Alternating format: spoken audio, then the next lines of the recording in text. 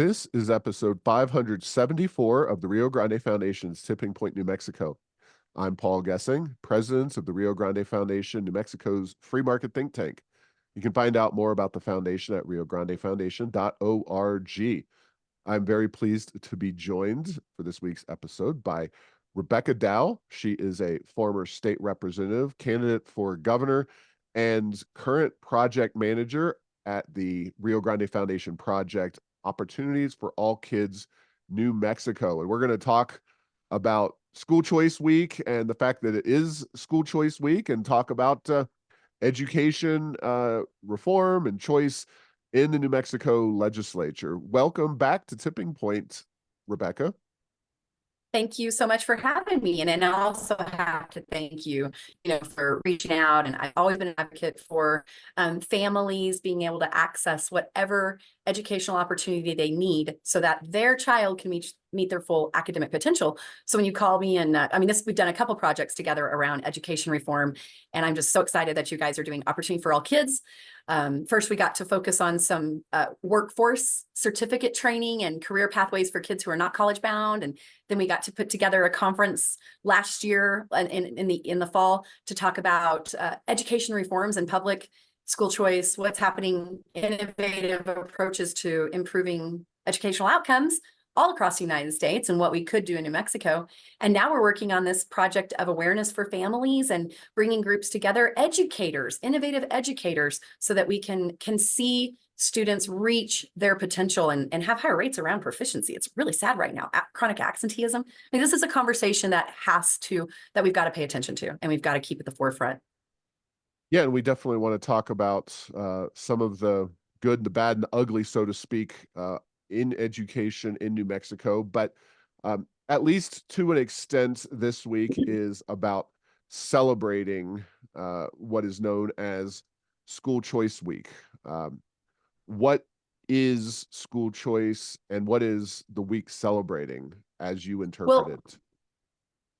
Yeah, so we have had for many years in America this formal one-size-fits-all kind of herd children into a class, and based on age, not competency, we will teach a certain set of standards. And here in New Mexico, more often than not, whether the children understand it, retain it, have proficiency in it, we have a social promotion program where they always stay with their peers based on age, not ability. And so that has led, one, it's not 21st century, not the way children learn in the 21st century, but also is part of the reason it's contributed to New Mexico being absolutely dead last in the nation. You love the Mississippi model, and we used to say, thank goodness for Mississippi, because when we weren't last, they were last, but they are solidly, they are consistently moving ahead and reaching their goals with evidence-based literacy and math interventions that are paying off for their kids and requiring proficiency. So you would know more about that. You've studied a lot more than I have. But New Mexico, it's the 30-day session, and they're going the opposite direction of the rest of the nation with their regulatory environment. But National School Choice Week, we celebrate the options of school choice. And we in New Mexico do have options. There are over 100 charter schools. That's a public school. It's free and open enrollment, first come, first serve, or some have lotteries and different methods set up. It's not discriminatory. And those are free. It's a charter. Like, we see that we want to pave a new way for innovative learning, and our charter schools are thriving. They're all throughout the state. And if you don't have one in your area, there's online charters, there's distance learning, and hybrid models as well. And then, so charters, we have traditional public schools, and those traditional public schools have some local school board authority. The PED is trying to take that away all the time. Their recent attack on local school board authority is taking over the school calendars. And that's definitely not good in my rural area of New Mexico, because many of our kids are on buses for many, many hours, and they use a 4-day model to reach the number of hours required. It's crazy that they're trying to stop these 4-day school weeks. These are innovative ways to improve student outcomes, to retain highly qualified teachers. And 40 of New Mexico's top 100 traditional public schools have a 4-day week. So there's innovative models within the public school system. It also includes private school, homeschool, online learning, micro schools or small schools. I just toured a Santa Fe Christian school last week. It was small enough to be, by definition, it's a micro school, but had 100% growth last year was their first year, 100% growth this year. They've doubled their student population. And so this is just a time to highlight those options, dual enrollment, alternative pathways towards going into the workforce. And kids don't have to stay in a broken system till they're 18 anymore. Parents are being really innovative and figuring out how to meet their children's needs.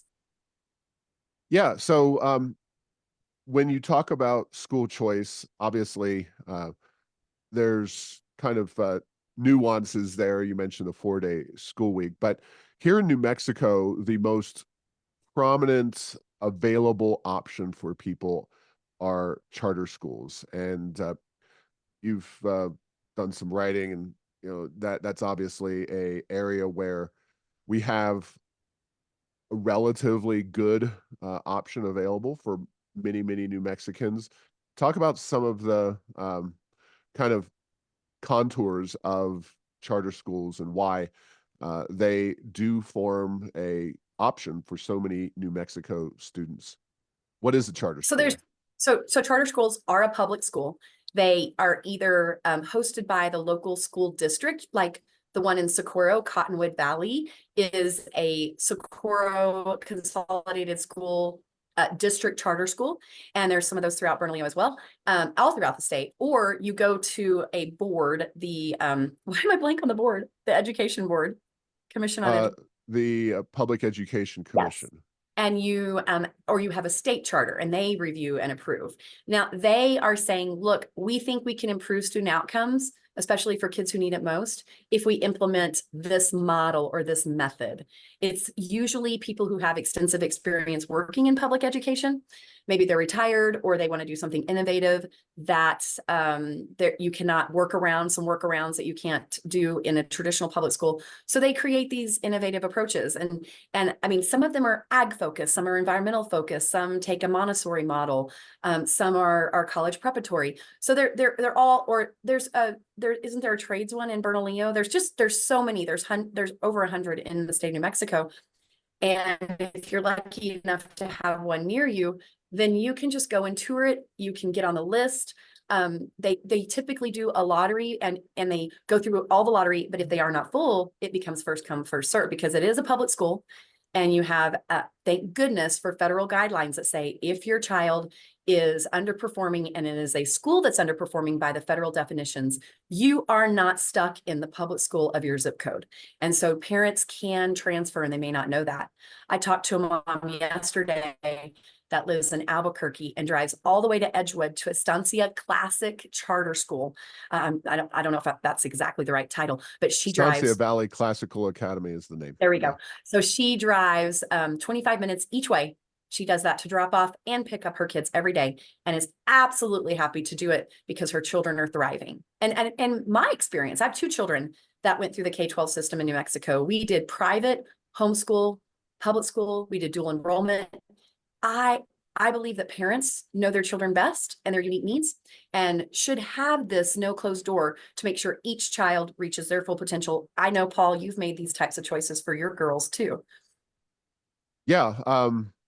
So charter schools are one form of choice that my family's used. We've also done homeschooling. And while homeschooling is often overlooked because my kind of the way I vision homeschooling as a public policy issue is that they tend to be like the don't tread on me snake, where they don't engage very often. But if you come after the homeschooling community, they will engage and get very active against people that try to come after their ability to homeschool. So I did homeschool during the COVID-19 pandemic and the virtual debacle that happened with virtual schooling under this governor.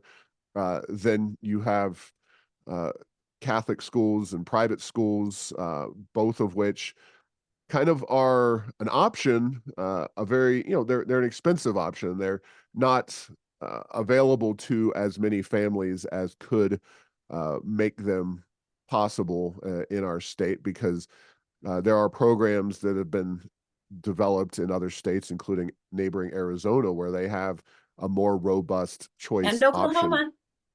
And And Oklahoma, yeah, Oklahoma you're has, right. I think there's 12 states now that have decided to put children above the unions, the traditional unions, and dollars now follow that student where their needs are met. I think we have 12 now and more on the Now, way.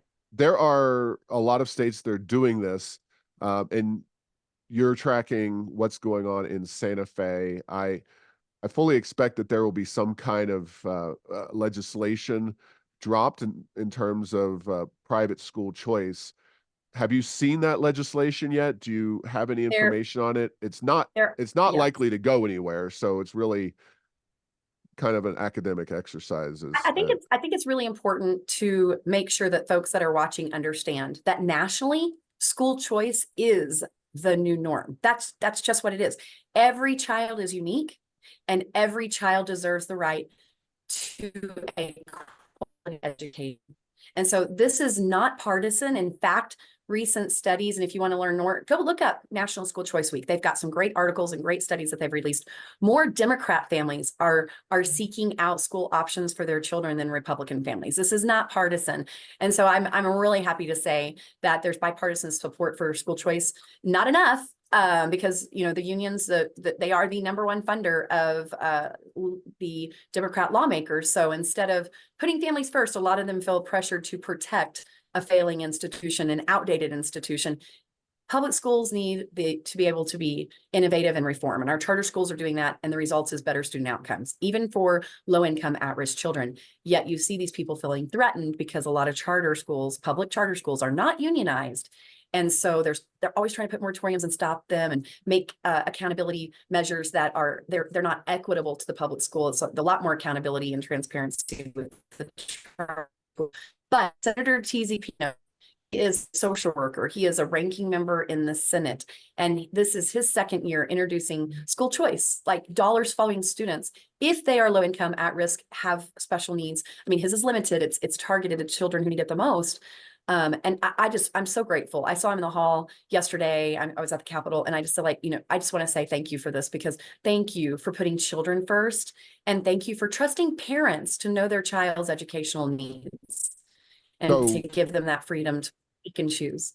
Ortiz Pino is going to introduce a bill, but I Look, did a quick look through the legislation that had been introduced so far, and I didn't see any of the bills around kind of private school choice, such as well, Ortiz Pino's, on the list yet. That doesn't mean it won't happen. It just means right. that they Well, haven't been Ryan introduced. Lane, Representative Ryan Lane, he's the minority leader in the House.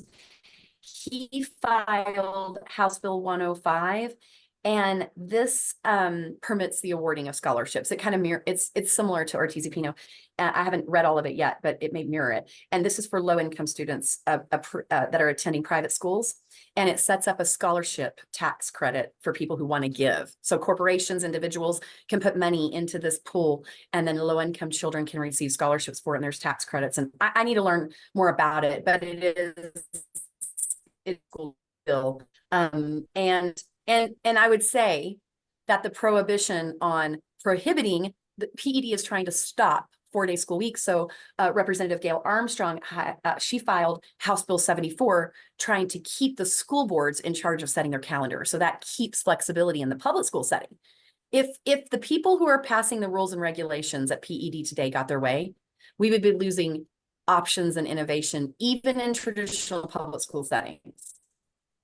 Yeah, so let's talk about that, because we love celebrating School Choice Week, but while charter schools are a great option, they're not the only form of choice. There's still taxpayer-funded government schools to, in real terms, for all the benefits and drawbacks that entails.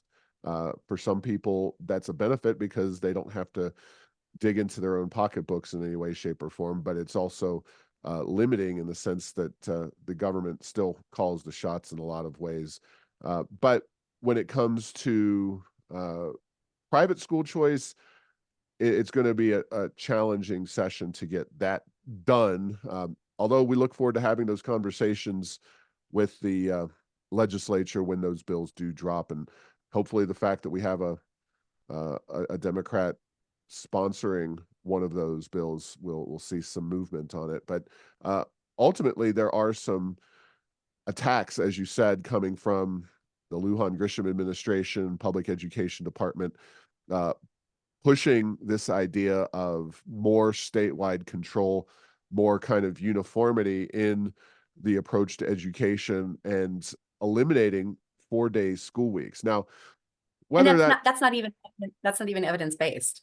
right, whether this Oh, consists of school yeah. choice or not is a moot point. But the idea that PED should be telling local districts when they have to go, not just how much time in the classroom students need, but when exactly they need to go, seems a little bit contrary to the spirit of school choice and broader education reform. Talk about what's going on with that 4-day, the essentially a ban on 4-day school weeks.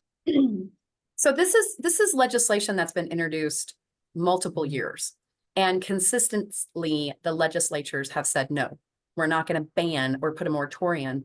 We're not going to ban 4-day school weeks. And I think last year they really hashed it out and came up with the number of days that were required. I mean, the number of hours that were required. And so if you could hit your instructional hours in a 4-day week, you're okay. And they put a moratorium on no new 4-day school weeks. This is crazy because some school districts have over 50% absenteeism. Mandating more days is not going to stop chronic absenteeism. They're not even, they didn't address that. They're just saying more days is, I mean, obviously, when you hear them talk about it, they just say it's always better when kids have more time with their teacher. But the number one indication of student success is the relationship with their family. So some would say, no, I need that Friday. I was at a work dinner, completely unrelated to education. It's actually an agriculture group. And this person came up to me and said, I can't believe they're trying to get rid of the 4-day week. I have a child with special needs. They're on the spectrum. And that Friday is our gold day. We go swimming, we have tutoring. And they're talking about all the extracurricular. They've made this Friday a really fun day for their family, and they didn't want to see it go away. And, you know, PED heard from over 3,000 people across the state. No one spoke and the school rule on the school calendar. It was families, it was educators from all across the state. It was ag producers, people saying, no, please don't do this. And instead, they didn't implement the rule.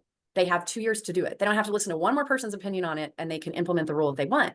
But we know where their mind is going because the governor's budget is asking for $112 million to cover the cost of the 5-day school week statewide. There are, like, I don't remember, it's like almost 40 school districts that have 4-day school weeks. There's a couple dozen charters. And it's a cost savings because when you are in a rural area, it's not always because of rural, but when you're in a rural area, spend a lot of money on transportation and a lot of time. Kids can spend as much as 15 hours a week in a bus on a 5-day week. But starting a little bit early, going a little bit longer, and having their Fridays for planning, for prep, for professional development, a lot of construction technology, extracurricular, traveling to and from sporting events on Friday. So kids that are involved in New Mexico Athletic Activity Association don't miss class time. I mean, that's a huge deal. And the cost savings. The cost savings to the taxpayer, according to the governor's budget, is $112 million. But if you're talking to the people who are in those districts, they'll say, we have highly qualified teachers that could have retired years ago that stay because that last day, you know, that 4-day school week is what keeps them in the field. So you hear it's a recruitment and retention tool. And again, 40 of the top 100 schools in New Mexico have 4-day school weeks. 4-day school week is not the problem, but PED is just taking more and more control from the local communities. You either trust teachers or you don't, you know, and they say that all the time when it comes to issues that are controversial, like parents' rights to know what's going on with their children's health and health education. But when it comes to the calendar, they don't trust local districts. They just don't trust them, and they want to take that control away. And the local districts are the one who knows their communities and know their students and know their parents, and they're surveying. They're surveying families, and it's over 70% of these communities want to keep their 4-day week. So OAK is the project that you are heading up in work with the Rio Grande Foundation. What do you see, your efforts being around that issue of the 4-day school week? How do you plan to maybe push back against what the governor's trying to do and organizing some of those rural school districts on behalf of the 4-day week? Well, we're starting, it's just been a hot minute so far, but we're starting with like social media. And so just getting up, if you're not following Opportunity for All Kids in Mexico, Oak NM, please do so. We're on Facebook, we're on Twitter right now, and just starting to grow, a listserv so that we can contact families and school districts and school boards and the non-public school association members, the 200 plus private schools across the state, because a lot of these PED rules will impact non-public schools. They're trying to take over accreditation of non-public schools, which they don't even fund. And so just trying to get people involved, and hopefully over the next 9 months or so, over the next year, we're going to be able to make it to a community near you and have these conversations and listen to folks about what they want to see. I mean, this impacts everyone. This impacts employers. It impacts the agriculture production in our state.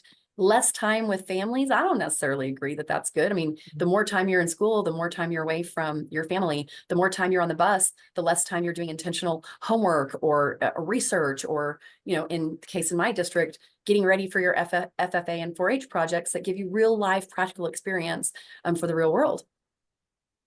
Yeah, and of course, we can't omit the fact that those commutes, those long trips on a bus are not good for the environment. I know it's not a thing that the governor will ever bring up in this context because it's counter to her agenda, but the governor is trying to get everybody in the state to drive electric vehicles, and it would seem that having those buses for 1 day a week, not have to drive kids 45 minutes, an hour or more, would be a good thing.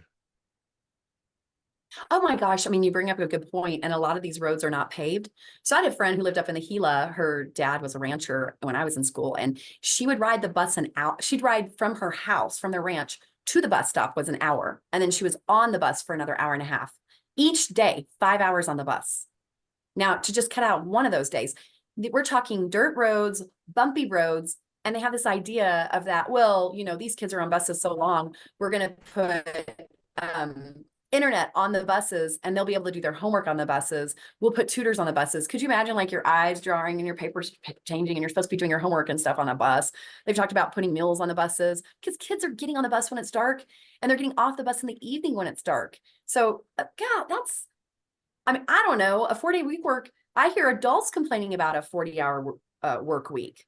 And we're doing this to our little kids when it's the daylight is the most, so many opportunities to learn outside, and who wants to be on a bus? Yeah. So, obviously this is an issue that you're engaging with currently in this legislative session and kind of beyond, because the PED regulations that we just talked about. But OAK and the project is geared towards more aggressive approaches to educational choice. And you talked about how it's not a partisan issue, but it is a partisan issue as well. So it's not a partisan issue among the families. Yes, correct. But it's a partisan issue from the political point of view, because the unions, as you mentioned, they support the Democratic Party, and Democratic Party elected officials tend to strongly oppose educational choice. Well, so the how do bulk we of their address funds. that issue? Sorry. I mean, let's just be frank. You can look at the campaign finance reports and see why. The teachers union is the #1 contributor of Democrat candidates in the state of New Mexico. And if charters were unionized, they probably wouldn't object to charters, but charters are not unionized at this point. And so they strongly oppose charters and are always coming up with weird bills, or even trying to get improvements on existing public schools. The unions are coming in and saying like only union programs can get these bids, or they put in the wording. It may not straight up say union, but I mean, it's outside of Santa Fe, New Mexico, and the legislative process, all across America and New Mexico, over 70% of citizens believe that it's time to have radical reforms to the public education system as we know it. And most believe, the majority, over 70% believe that dollars should follow children. And again, Democratic families are seeking choice in education higher than Republican families are. Republican families in this recent study were seeking public school options, whereas the Democrat families were trying to find out how they could get access to private schools that are in or near their neighborhood. So there's bipartisan support among we the people for education reforms, because one size doesn't fit all. And of course they've, so of the most recent 29 studies, 26 of the 29 studies showed that all boats rose when states chose school choice, and that public schools had the greatest gains and outcomes, and most rapidly, because they had competition and they stepped up their game. So here in New Mexico, we're obviously close to Arizona in proximity, but far away in political cultures. I know this is a bit of a loaded question, because the easiest path forward is to, quite frankly, shift New Mexico's political makeup in a more conservative direction. But there's a lot of steps that have to happen between where we are right now and getting towards the kind of widespread school choice that we all want to see. And this is a tricky proposition. I don't have any good answers, but I don't have the answer, I guess. How do you see that transition happening? Is this something that we could do in 5 years? Is this going to take a decade, a lifetime? When will New Mexicans get fed up with being 52nd in education and move towards a choice-driven, student-empowered educational system? Well, I would say it was when we were consistently 50th in the nation. I would say that is when we lost 30,000 children after COVID that never came back. I would say it was when we have the lowest proficiency rate in our state's history, or 50% of kids are chronically absent. I would say those are the times, but those are all real. They're all today, and school choice is still not, there's not enough support in the Capitol. And this is even when legislators and lawmakers choose charters and private schools for their own children while leaving other children in failing school systems and not providing choice for all. Because I'm not saying, hey, a lot of people, in fact, the majority believe that public school is where they want their children. They just want options and choosing among those private schools, charter schools, magnet schools. They want innovation, and that requires local innovation. We have to set teachers free, our experts in education, we have to let them innovate. And so, if being last in the nation for decades doesn't do it, I don't know, Paul. I don't know what does it. Yeah, no, I agree. It's a challenge. I think just trying to educate New Mexicans that they need to be education first voters. And Yeah, that's what it's going to take. again, And it's not about one party or another. It's about providing an incentive within the political structure that the politicians can't ignore, and that they have to chase those education votes. And that if they were to do that and were to enact choice, then we would have a better economy, a better workforce, less crime. The benefits are practically endless. They are. I mean, what's the downside? What is the downside? If you really will be honest about it, what is the downside? There is none. It's a risk worth taking. It's an opportunity pursuing. And there should be, when we are looking at the circumstances we're facing as New Mexico, all options should be on the table. We are, it's quantitative. There, I don't know of a study to show it, but when your population rate is not keeping up, your birth rate is, we have more families leaving our state. So our population growth rate is not keeping up with our birth rate, which means families are leaving New Mexico. And so there's so many indicators that we can point back to anecdotally when we talk to people and they say, I left the state so my kids could go to a state with school choice. I left the state for better public schools in another state. I mean, families will tell you that. And since COVID, New Mexico is the state with the highest growing homeschool population.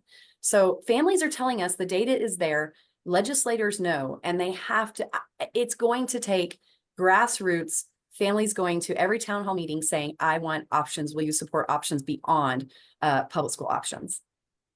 So in many ways, what we're trying to do here with this project is to organize New Mexicans to push back against the idea that we can't improve our education system, because I think that kind of mindset is one of the core factors here, is that, you know, we've been down in the doldrums for so long that there's this assumption that we can't do better, and that we need to make sure that people know the importance of the education system and reforming it. So that's what you're doing at OAKNM. And if people want to get in Yeah, touch so with you, how can they do that? If people want to engage with the project itself, how can they engage specifically with you directly? yeah, just call me. My cell phone number is 575-571-1056. Send a message on Oak New Mexico Facebook page or respond to a Twitter or X, I guess we have to say X. Yeah, just reach out. I'm Rebecca Dow. Yeah, well, thank you, Rebecca. And we're going to continue to try to make more New Mexicans education voters and supportive of kinds of educational opportunities and reforms, including the 4-day school week. And that specific issue, I think, especially if you are in a rural district and you want to keep the 4-day school week, or want to organize your friends and family who are in those districts around that issue. There's no other education reform groups. That's one of the things that we like about this project, is that it's not just about private school choice, which we support, but we're nowhere near that yet. 4-day week is a form of education choice in the sense that it's devolving the decision-making process down from Santa Fe, a statewide one-size-fits-all model, to the local control. And that is a form of choice in New Mexico, right? It is. And we do have some great groups. The Public Charter School Association of Mexico is a great group to get involved in. If your kids are in a charter school, engage. They do all kinds of great activities. New Mexico Kids Can is really focused on, public school reforms and what are the evidence-based practices that are impacting children in other states, and how can we bring those models to New Mexico?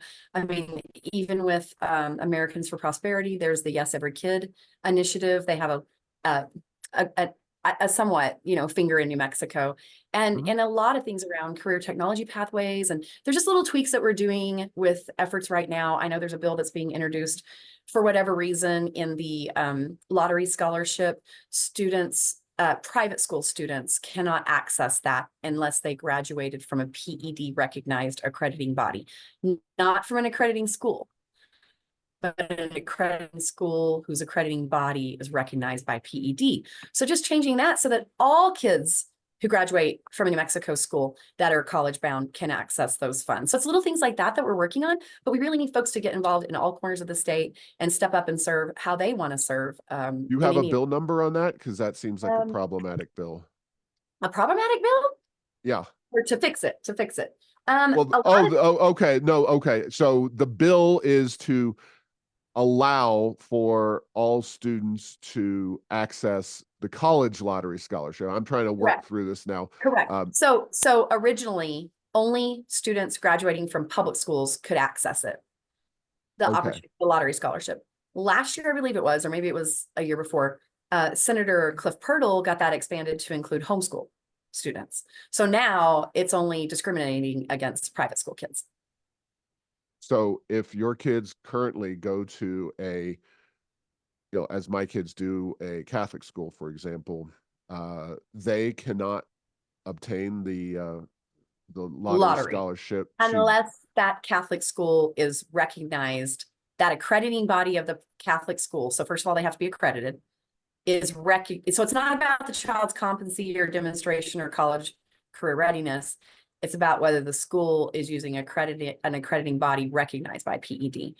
And the more top-down approach that PED does, and the more prohibitive they are on calendar and curriculum, the less private, especially parochial schools, will choose to have an accredited to be recognized by PED.